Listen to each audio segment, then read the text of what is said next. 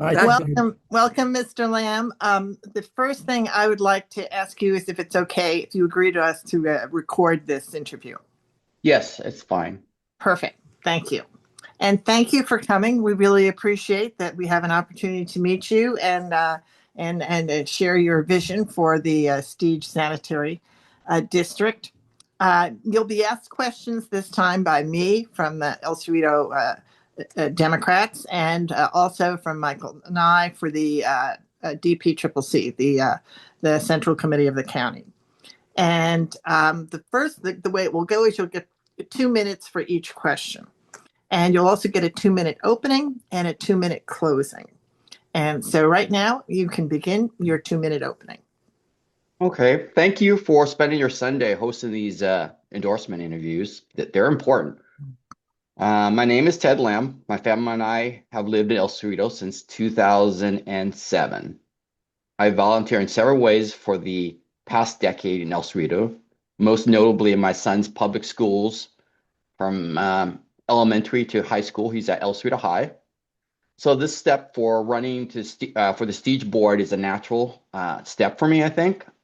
And I'll mention more of the qualifications in a bit.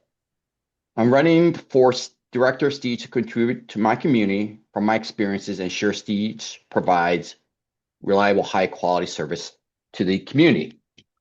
I have two major backgrounds. I'm a retired Coast Guard officer with a civil engineering public works background and a little bit of search and rescue. That's over 21 years of experience there.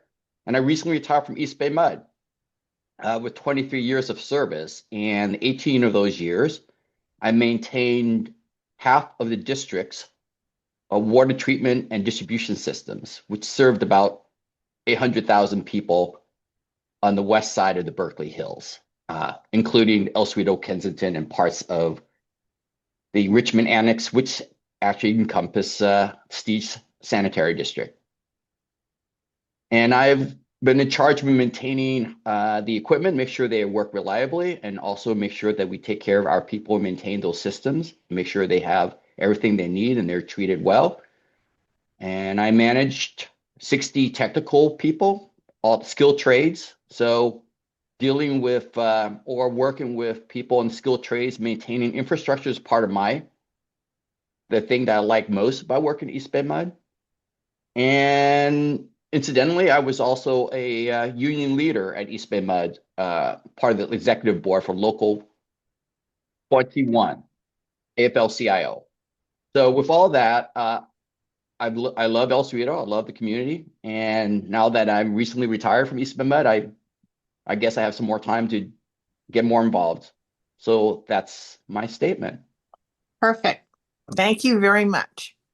I will start the questioning. The first question from the El Cerrito Dems is, what single change would you prioritize if elected to the Stege Sanitary District? Why is this your priority, and how would you implement it? So it's, I think, a little bit arrogant to say that you know it all coming in and what needs to be changed. I have researched a little bit that we need to work on our consent decree to make sure our system is functioning properly so we don't spill into the bay at high storm periods. So I would say I would learn in the first 6 months, if not, from the board and reading the materials behind the scenes besides what's given to the board and talking to people. As I mentioned before, I have friends and colleagues in the wastewater industry. So I think my priority is like, how are we doing towards meeting that consent decree and making sure we take care of our sanitary runoff in high storm periods. And I'll be working with others who have been around and see where we're at in our milestones in getting close to the our agreement with the state and the federal agencies involved. Great. Thank you very much. And now your first question from the Central Committee will come from Mr. Nye. What is the operating budget of the district? It's several million dollars a year. I recently looked at it, but I've forgotten the details. Millions. Wow. Okay, Madeline, back to you. Back to me. Okay. Next question. What is your vision for the Siege Sanitary District in 5 years? And what skills make you qualified to achieve that vision? So as someone who worked for East Bay Mud for 23 years, East Bay Mud is a big agency in a lot of ways, but it's very close knit. And so I was able to learn from my managers. I had three managers all the time as a maintenance superintendent. And also, I was heavily involved with the senior management team because I was the emergency preparedness officer for my division of 150 people during PG&E's PSPS since 2019. And also, sometimes the board would reach out to me because I had the facts on the ground to take care of our service areas in the Berkeley, Oakland, and Kensington, El Cerrito area. So I would say that I just want to make sure that the board members themselves communicate well with among the board, and we are following the policies that we actually have uh, established, and also develop good communications with the general manager, Bobby McGee. And Ashley has reached out to me to do an informal like hello this coming week, and I made myself available. So without being in the shoes of a board director, I would say I'd make sure that we are following our procedures that we have established, and also that we have strong communication skills among ourselves and the general manager. And I would take it from there. Much. Mr. Nye. What is the 5-year capital budget infrastructure plan for the district? Now, part of the capital infrastructure plan is meeting the consent decree. I think that is due in 2037. And I read the budget documents, skimmed it actually. So part of that will be the discussion I'll probably have with Bobby this week, Bobby McGee, and also at listening more at the board meeting this Thursday. So that is as far as I know right now. Okay, thank you, Ted. Okay. Next question. What aspects of the sanitary district are working well today, and which ones are not? I would say there are different perspectives. I think as a consumer, uh, I have no complaints. I recently had a permit. I applied for a permit through Stege for House Edition, and their checklist was very thorough. Their interaction information to me as a homeowner was very good. So on the public facing part of it, as a homeowner, I feel that that's above average, if not really good. I understand talking to a few people, there are some personnel issues that have been around for a few years, and not to say that there are not any personnel issues anywhere in the world. For a staffing group of about 12 or 14, I believe that the maintenance group is considering becoming unionizing.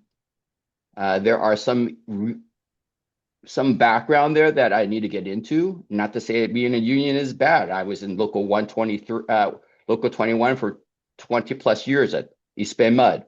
So there are some reasons for them doing that, and I'm all for them exploring being in a union. At the same time, the other thing is we've had two general managers in about 3 years. There are some things that contribute to that. I'm not sure that I would say that I would know the reasons to that. I've heard some things. The general manager is very important to the success of Stege Sanitary District. And so I'm going to spend some time with Bobby McGee before I hopefully make it on the board. and learn some more and from other sources, not just Bobby. Well, maybe Bobby McGee will be singing. I don't know. Um, for you, Michael. Okay. Do you support or oppose project labor agreements? Why or why not?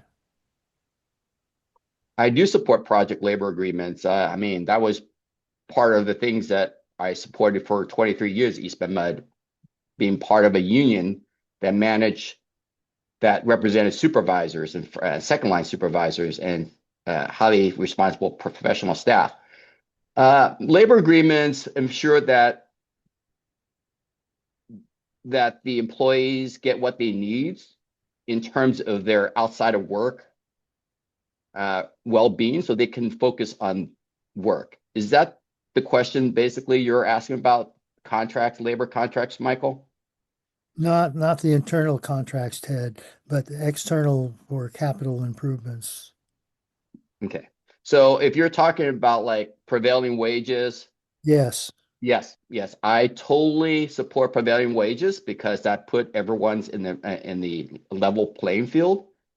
This supports making sure we have quality contractors, professional contractors, and that we monitor and make sure that these general contractors and those who are supervising them during construction adhere to the high standards we ask of them in our labor agreement. And one of the reasons why we can ask them to have high standards is prevailing wages. And also that helps our labor, our union labor, our union employees, because uh, they are not, it sets the tone that everyone is value at a high level. And we don't want to give the impression we're going to contract out just because it's cheaper. So the answer is yes. Thank you. Thank you very much. Um, okay, and this is the last question from the ECDC, but I know that Michael has several more. Anyway, our question is, which of your leadership skills do you feel are strong, and which leadership skills are you still developing? Strong. Let me just, I think one of my top leadership skills is working with people different than me. So as an engineer, uh, I supervise trade supervisors, electrical supervisor, mechanical supervisor, instrument supervisor, carpenter supervisors, painter foreman, whatnot, and their line staff. They did not like initially having an engineer overseeing their work. Like, what would an engineer know about carpentry, machining, all that stuff? But as someone who is a second line supervisor, I just sat down and one on a regular basis with all my supervisors to learn what their priorities are, what they're working on, what they need help on in terms of staffing, training, materials, supply. And also I checked on what they told me to make sure I've heard the same thing consistently everywhere else. And then I would hold regular meetings with them every 2 weeks. So everyone heard the same thing, what each other needed. And I heard the same thing from them. And it's a very long process, to be honest with you. But listening first before you make unilateral decisions is important. I would say listening and repeating what I've heard and engaging how true their priorities are from people who work for me is important and a big skill set I have.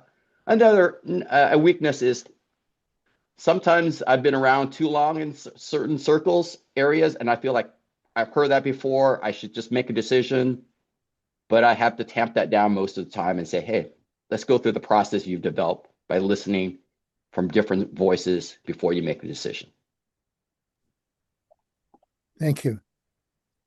Thank you very much. And Michael, you get to ask your next question and Great. all your questions because I'm done with my questions. All right. I got a few for Ted. Discrimination is persistent in today's society. Racism, sexism, homophobia, among others. what types of discrimination do you see as persistent in the district, and what would you do to counteract them?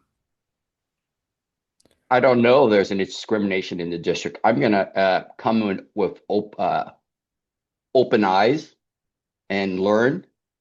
But I've seen my previous experience in the Coast Guard for 21 years and East Bend Med for 23 years that women in the workplace have to be made made welcome and treated the same way as everyone else. There is policy. I am sure of that at the district, but the policy needs to be reminded and trained at a level that all staff can understand. Sometimes policy is so high level that it just makes people's eyes roll, to be honest with you. So as an engineer in a white collar world, I understand policy in one way, but line staff who are in the field half the time, if not more, understand it differently.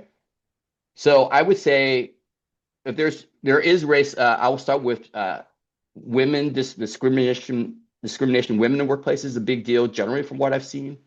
Racial discrimination could be a big deal. I don't know that for a fact at the district. One of the things I will look for as a board director, and there are ways to address that, and it has to start with the general manager and the board spending time with the general manager and emphasizing the importance of it and how we can help the general manager. I've done that as second line supervisor. I've hired, I don't know, 4 women electricians through my electrical supervisor by convincing them that the women were as highly qualified as everyone else. I've helped hire 2 women machinists at East Bend Mud. I've seen how there are these unspoken reasons why people of different backgrounds should not be hired. I've helped overcome that at East Bend Mud. How many employees does the Stage Sanitary District employ? Stege has about 12 maintenance staff. There's a maintenance superintendent and some like maybe 10 or 11 that works for him. And you have Bobby McGee, the general manager. There's a senior clerk, maybe his executive assistant. And there's been a vacant deputy general manager position for a year or two. And what I understand is Bobby McGee is working on a new description for that, different levels of responsibility. So it's about 14 or 15, how you look at it, including Bobby McGee. Did I Okay, answer your question, Michael? absolutely. Didn't know there was that big. East Bend Mud is just a little bit bigger, so it's like I Yeah, was like just a intrigued. bit. Yeah. What is the best method for keeping pollutants out of the local water environment? Well, I think we have 148 miles of sanitary sewer lines.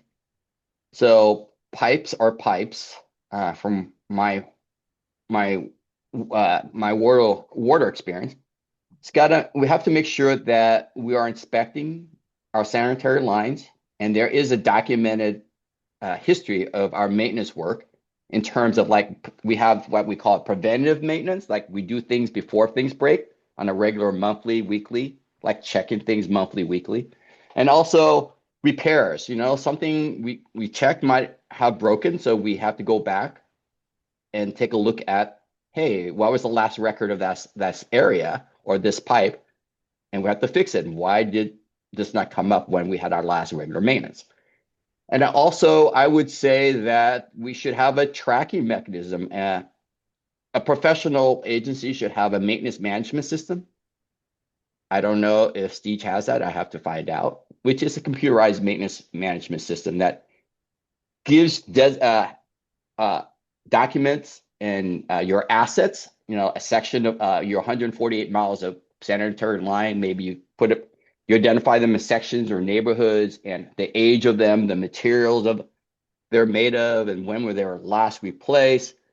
That is one of the many tools to make sure that we don't violate any of our state or federal regulations, and we don't spill or overflow is regular maintenance and inspections, and that goes back to staff and hopefully it's a organized way of doing the work. Okay, last question. What do you see as the funding challenges for the sanitary district?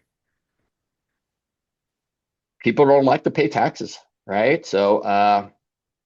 But interestingly enough, I think we have a couple advantages in our community. We service 35,000 people in the Stege Sanitary District, and the community are very integrated in Kensington, El Cerrito, and parts of Richmond Annex. I think it's a small enough population that we can educate the 35,000 customers the benefits of paying taxes, paying our bi-monthly bill to Stege Sanitary. I think it's bi-monthly. I think I get that.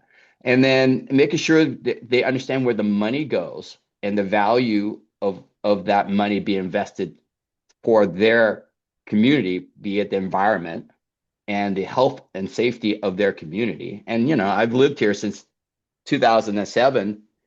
And as a maintenance person, maintenance superintendent, I always say that if you're not complaining about essential services, something is probably going right.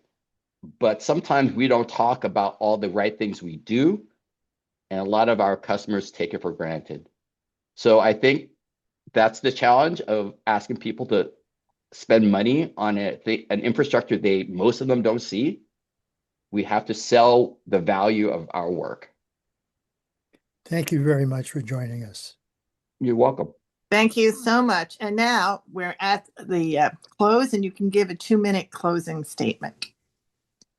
Yeah. So, as a recent retiree from East Bend Mud, and I've retired from the Coast Guard in 2012, I'm hitting that senior status, as my son likes to say. So I've hit two milestones, two job careers over, and I love El Cerrito. I love this area, and I just want to make sure my retirement time is spent doing something I would enjoy.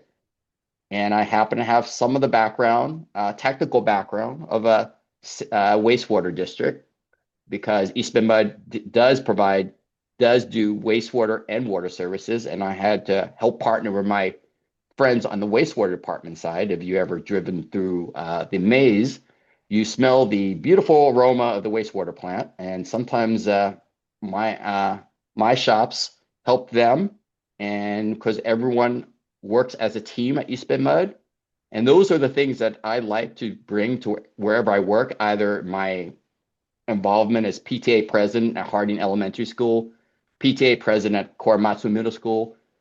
Luckily, I'm just the treasurer at El Cerrito High School, so I don't have to do the same amount of work I used to do.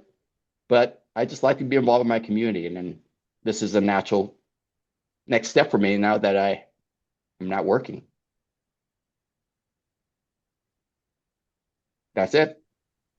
Thank you again. Thank you so very much. We appreciate your taking time out of your busy Sunday to come and introduce yourself to us. Thank you for doing this on your Sunday. So